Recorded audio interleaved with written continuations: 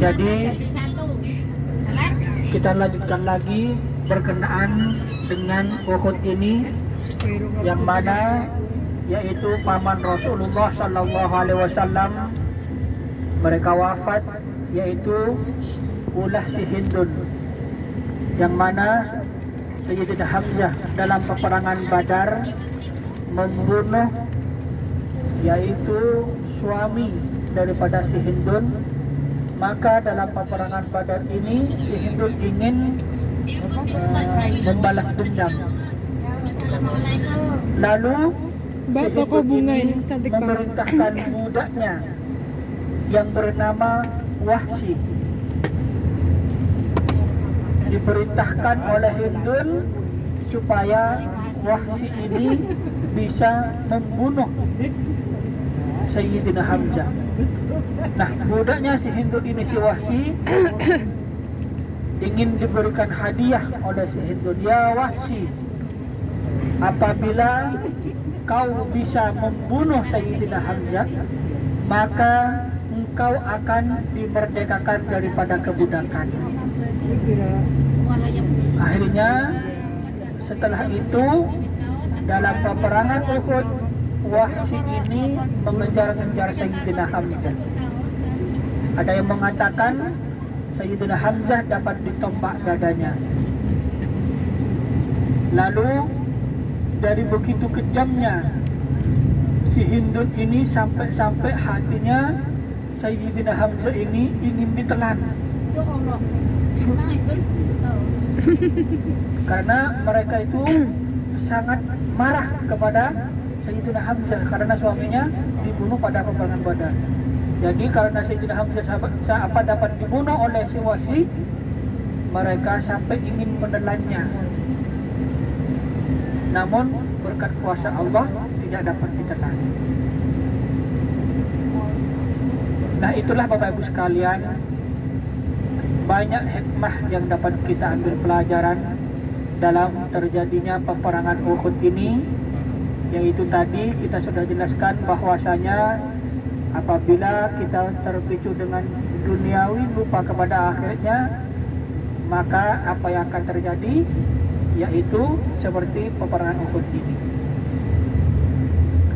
Untuk selanjutnya kita akan menuju ke Masjid Qiblatain. Dari Masjid Qiblatain masih ada lagi tempat bersejarah yang akan kita lewati, yaitu peperangan Khandaq. Jadi di Masjid Qiblatain kita tidak berhenti, kita tidak turun, tidak salat di situ, kita hanya lewat saja. Begitupun juga nanti di tempat peperangan Khandaq, ya, kita tidak turun, ya, kita mengejar sholat zuhur berjamaah, ya, Aiman.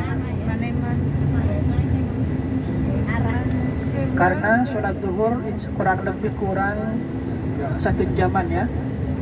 Insya Allah cukuplah, nanti sebelum adzan kita sudah sampai di hotel lagi. Aiman kalau kita sampai meninggalkan yang wajib.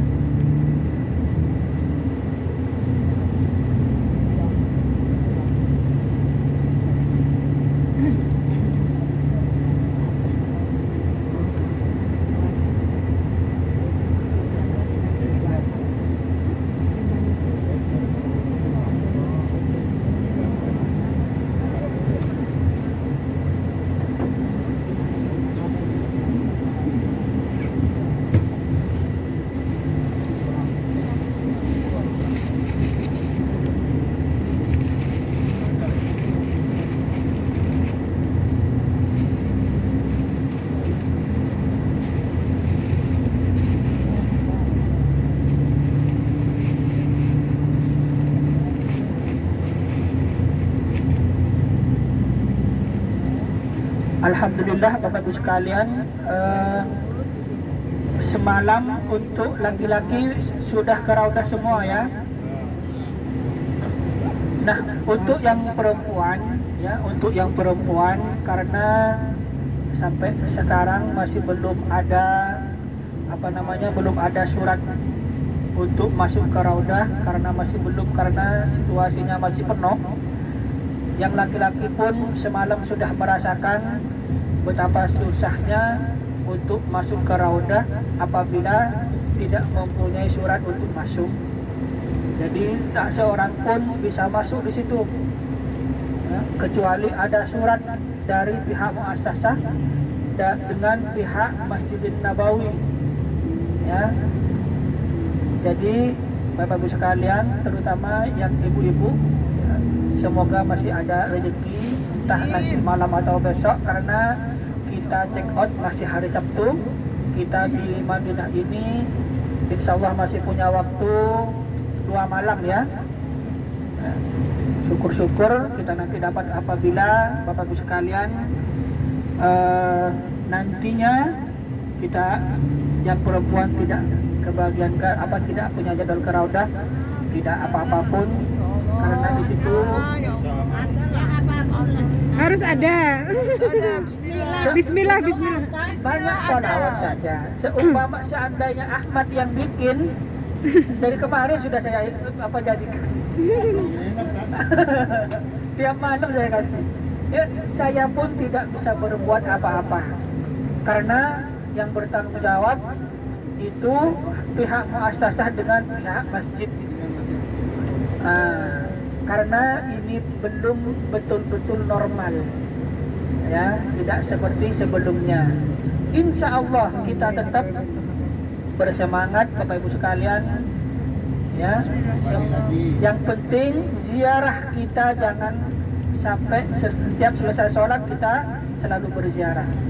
Banyak faedahnya dalam perjalanan ini pasti, yaitu siapa tahu bulan depan bahkan tahun depan kita dipanggil lagi. Amin. Kita tidak tahu, rencana Allah pasti terbaik untuk kita. Namun rencana kita belum tentu baik untuk Allah. Betul? Betul. Yang penting tetap kita usahakan. Kami pun para mutawif selalu berkomunikasi dengan pihak muassasah bagaimana cara supaya yang perempuan pun juga mendapatkan waktu untuk ke Raudah.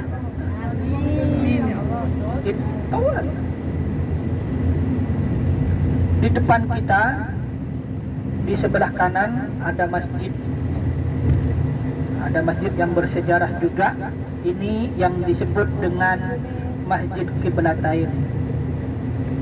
Sudah tidur belum? Belum. Dilanjut.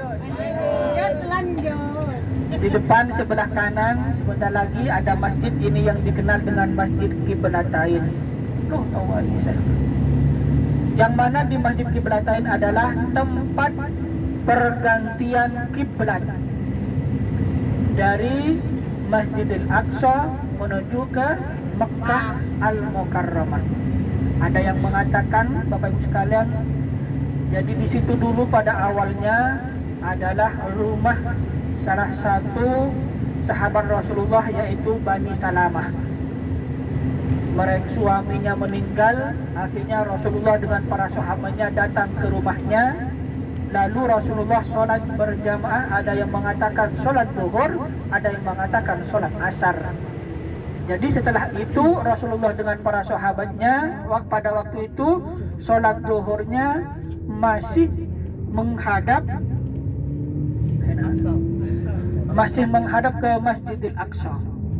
Jadi 2 rakaat pertama, 2 rakaat masih menghadap ke Masjidil Aqsa.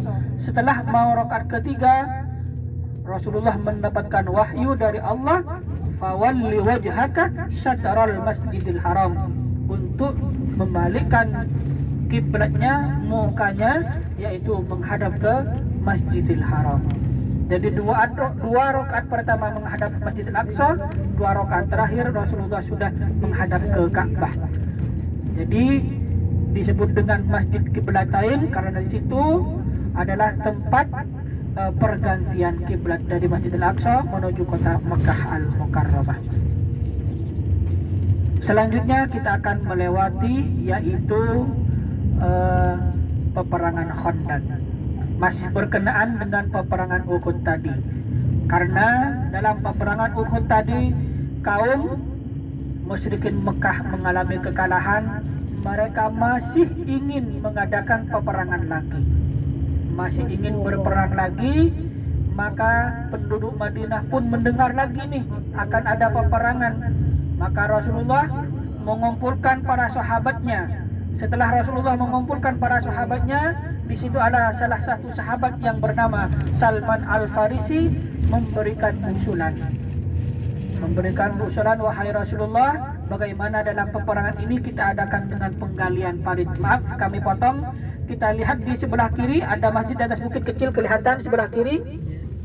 Di sebelah kiri kelihatan itu namanya Masjid Al-Fat.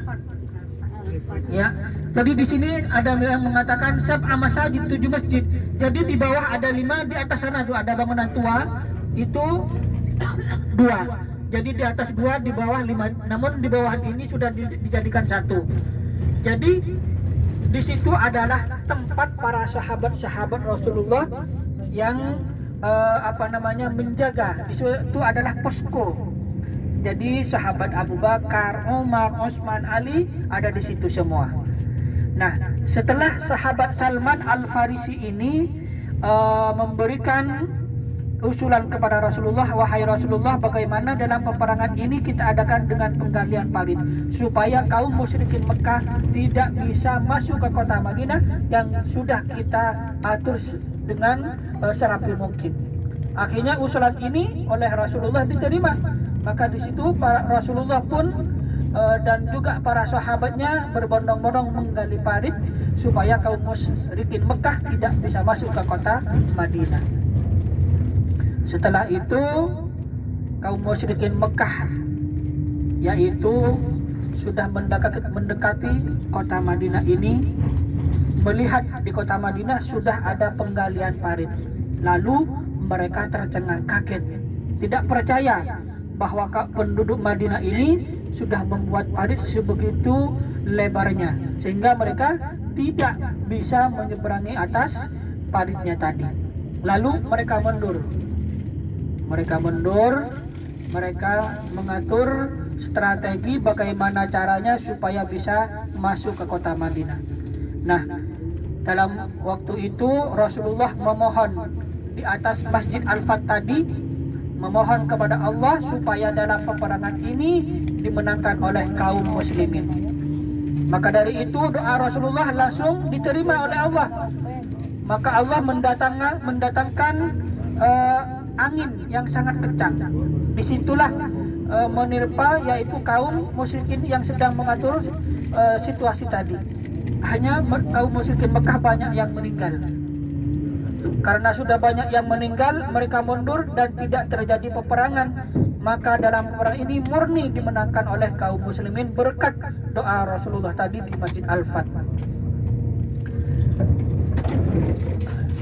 Alhamdulillah Bapak sekalian, itulah cerita singkat berkenaan dengan Masjid Qiblatain. Alhamdulillah acara pada hari ini berjalan dengan lancar. Kita akan langsung menuju ke hotel ya.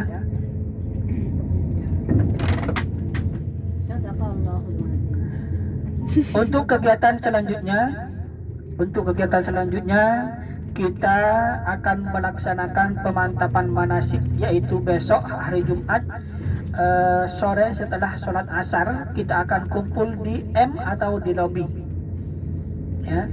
Jadi besok hari Jumat di sore hari setelah sholat asar langsung kumpul di lobi untuk melaksanakan pemantapan manasik, karena insya Allah pada hari Sabtu setelah sholat zuhur kita akan menuju ke kota Mekah melaksanakan ibadah wajib kita, ibadah umrah.